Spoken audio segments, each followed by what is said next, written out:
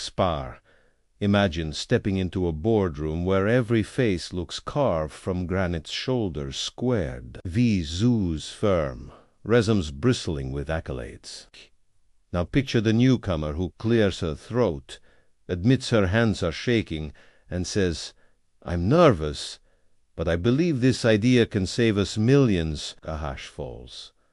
40 minutes later, the team votes, and her proposal wins by a landslide. Key. She didn't dominate with bravado. She led with vulnerability. That is the paradox we are about to untangle. Showing weakness can grant you more authority than hiding it ever could.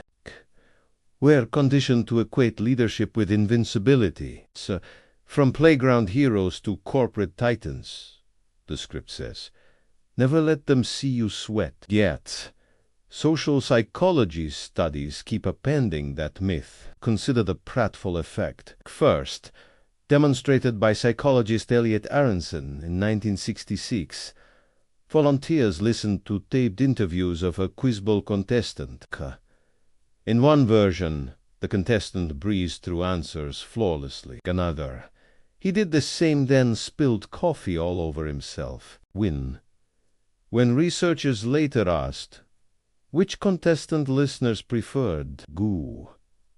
The coffee spiller scored higher on likability and trust, provided he was competent to begin with. Incompetent people who spill coffee simply look clumsy. Competent people who do it look human. Fast forward half a century, and the effect echoes in politics, entertainment, even tech. Remember when CEO Satya Nadella publicly confessed he'd mishandled questions about gender pay at Microsoft? Instead of tanking his reputation, the admission sparked a broad conversation on equity, boosted employee morale scores, and cemented Nadella's image as a humble reformer. Stakeholders already believed he knew how to run the company. The misstep revealed a relatable side, making his authority stickier. But why does showing weakness strengthen influence? The answer sits at the intersection of neurobiology and evolutionary psychology. Our brains carry mirror neurons, tiny bundles that fire both when we act and when we see someone else act. Boo. When a leader reveals fear, uncertainty, or a past mistake, those neurons light up. Whispering, I recognize that feeling. K. This person is like me. Shared humanity softens defensive circuitry in the amygdala, creating what neuroscientists nickname a trust bridge. Gate with it. Competence feels benevolent and safe to follow. Add to that the concept of costly signaling. In evolutionary terms, a picache's tail is expensivit. Slows him down and draws predators yet. It advertises genetic strength. Likewise, a capable leader who risks vulnerability signals confidence. I can be honest because I am secure in my skill. The higher the status, the less personal cost honesty seems to carry, turning disclosure into a badge of strength rather than a stain. Julia, an aerospace engineering lead at a hypergrowth startup, managed 12 PhDs who designed thermal shields for satellites. Gir. During a mission review, a minor fault emerged in a heat dispersion algorithm. She could have shifted blame, citing fuzzy telemetry. Instead, she opened the all-hands meeting with, the thermal model is mine. And I missed a variable that caused a 2% deviation. Here's what broke. Here's my patch. And here's the new validation plan. Questions. The room froze. Then hands shot up not with accusations, but with clarifying queries, offers of assistance, and polite jokes about who owed coffee next time. 2 months later, Julia's team hit its deadline a full week early. An HRS Anonymous survey ranked her group the most psychologically safe unit in the company. Psychological safety sits at the heart of this paradox. Research by Google's Project Aristotle found that teams in which members felt safe to voice doubts outperformed teams stacked with raw genius but silent fear. Leaders broadcast that safety when they go first, admitting uncertainty, soliciting dissent, modeling imperfection. Yet, there's an art to revealing weakness. Dumping raw insecurity without context can erode trust instead of building it. The trick is to pair vulnerability with responsibility. Own the flaw, then outline the fix. This structure confession followed by action turns weakness into a bridge rather than a burden. Let's dissect 3 fields where this dynamic plays out and extract actionable scripts you can try today. Public speaking. Picture yourself on stage. Palms sweaty. Lights glaring. Sir. Most speakers camouflage nerves with polished banter.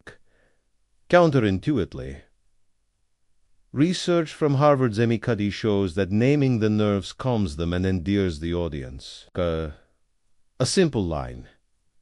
I am excited and a little nervous to share this with you. Does double duty.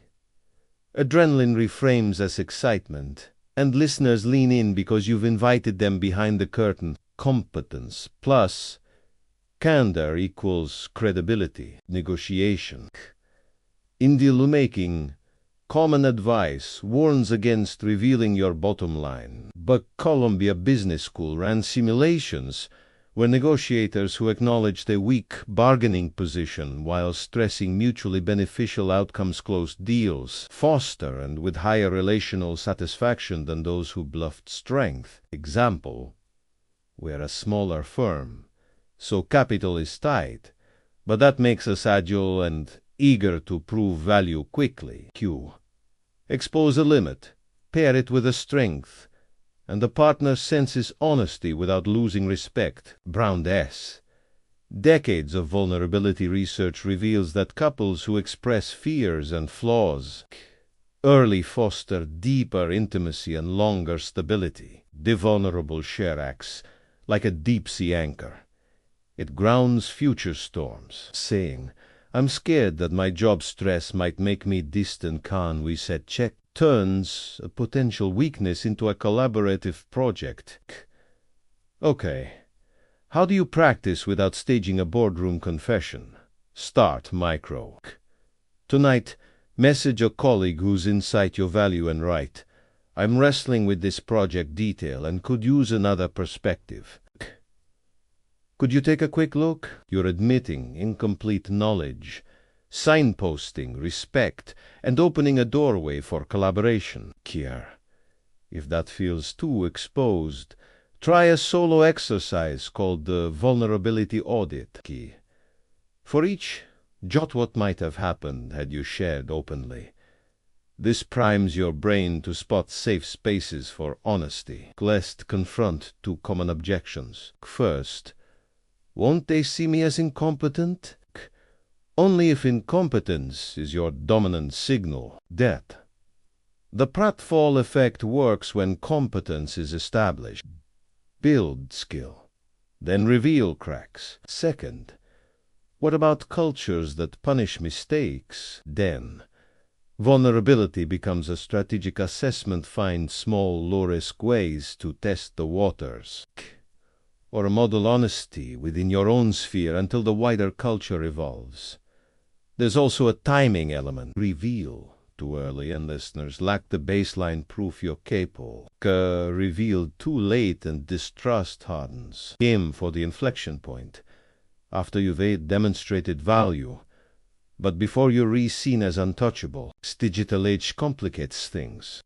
On social media, authenticity often translates to curated vulnerability tears, posted with perfect lighting. Genuine weakness feels specific, unpackaged, and pairs with concrete responsibility.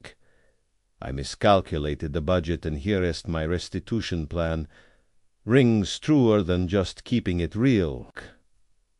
All right, let's lay out a step-by-step field guide you can implement over the next week. Day 1. Catalog your core competencies. Sir, Know your strengths, so confession won't read as flailing. Day 2. Micro-admission. In your next meeting, say, I'm not the expert on X anyone. Have a sharper view? Watch engagement rise. Day 3. Pair with fix.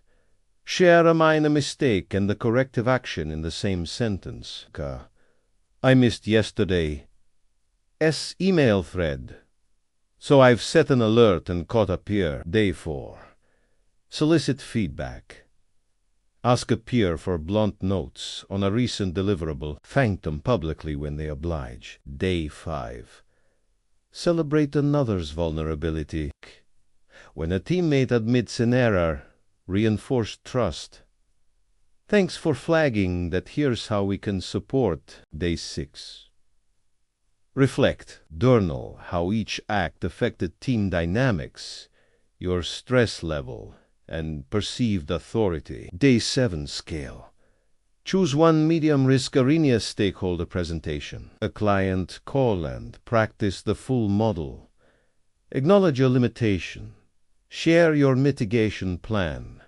Invite collaboration. Bi-week. SN the ULL. Likely discover a strange sensation. More eyes turning to you for guidance, not fewer. Dots.